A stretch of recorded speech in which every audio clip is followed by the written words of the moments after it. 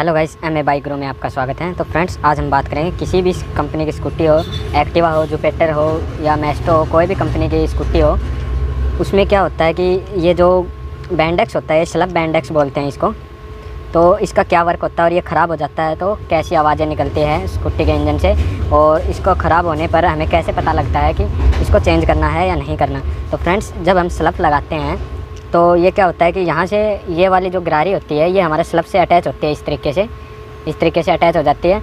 और ये वाली है, ये हमारी जो क्रैंक के ऊपर एक प्लेट लगी होती है तवा वाली, आपको दिखाएंगे। तो गाइस, ये होंडा एक्टिवा की तवा प्लेट है, दो हैं इसके अंदर। एक की MRP आपको 437 रुपये देखने को मिलेगी और एक की 473 रुपये। तो ये टिथ के हिसाब से आते हैं, इसमें 66 टिथ आते हैं, 66 और इसमें 69 टिथ आते हैं। तो फ्रेंड्स, आपको खोल के दिखाते हैं। फ्रेंड्स, ये इस तरीके से तवा होता है, जो हमारा जो आगे का जो फैन बेल्ट जहाँ पर लगता है क्रैंक में, जिसमें ये लगी होती है, और इसके साइड में ऐसे इस टाइप में ये लगी होती है, जिसे हम बैंडेक्स बोल देते हैं। जब हम स्लफ दबाते हैं तो गाइस, जब हम स्लफ दबाते हैं तो क्या होता है कि ये हमारी स्लफ घूमती है और ये नॉर्मली मूवमेंट नहीं करता, तो एकदम से जैसे झटका लगता है तो ऐसे घूमती है हमारी स्लफ। तो आप देख सकते हो इस तरीके से ये गरारी आगे निकल आती है और फिर पूरी गरारी घूमती है इस टाइप से।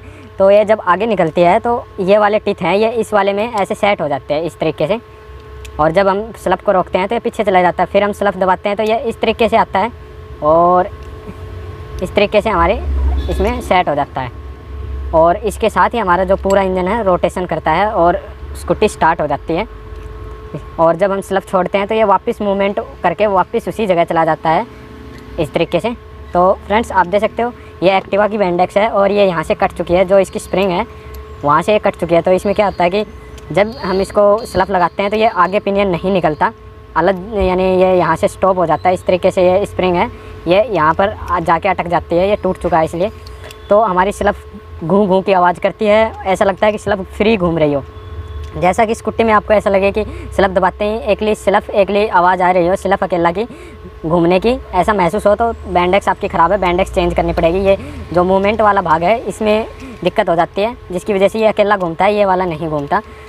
दूसरी फ्रेंड्स, जब भी आप स्लफ लगाते हैं तो एकदम से खड़खड़ाहट की आवाज़ आती है, जैसे खड़खड़ाहट की आवाज़ आती है, कुछ इंजन में ऐसे टकराने की आवाज़ आती है, तो उस टाइम पर आपको बैंडेक्स चेंज करना है। और जैसे ही तीसरी बात, जैसे ही हम स्लफ लगाते हैं तो एकदम से साई साई की आवाज़ आती है, या सिट्टी जैसे हम सीटी लगाते हैं इस टाइप की आवाज़ आती है, या हम स्लफ लगाने के बाद कुछ टाइम तक हमारा बैंडेक्स या स्लफ घूमती रहती है और हम स्लफ का बटन छोड़ भी देते हैं, और फिर कुछ टाइम बाद हमारी जो है बैंडेक्स है वापस आवाज़ बंद हो जाती है स्लफ की।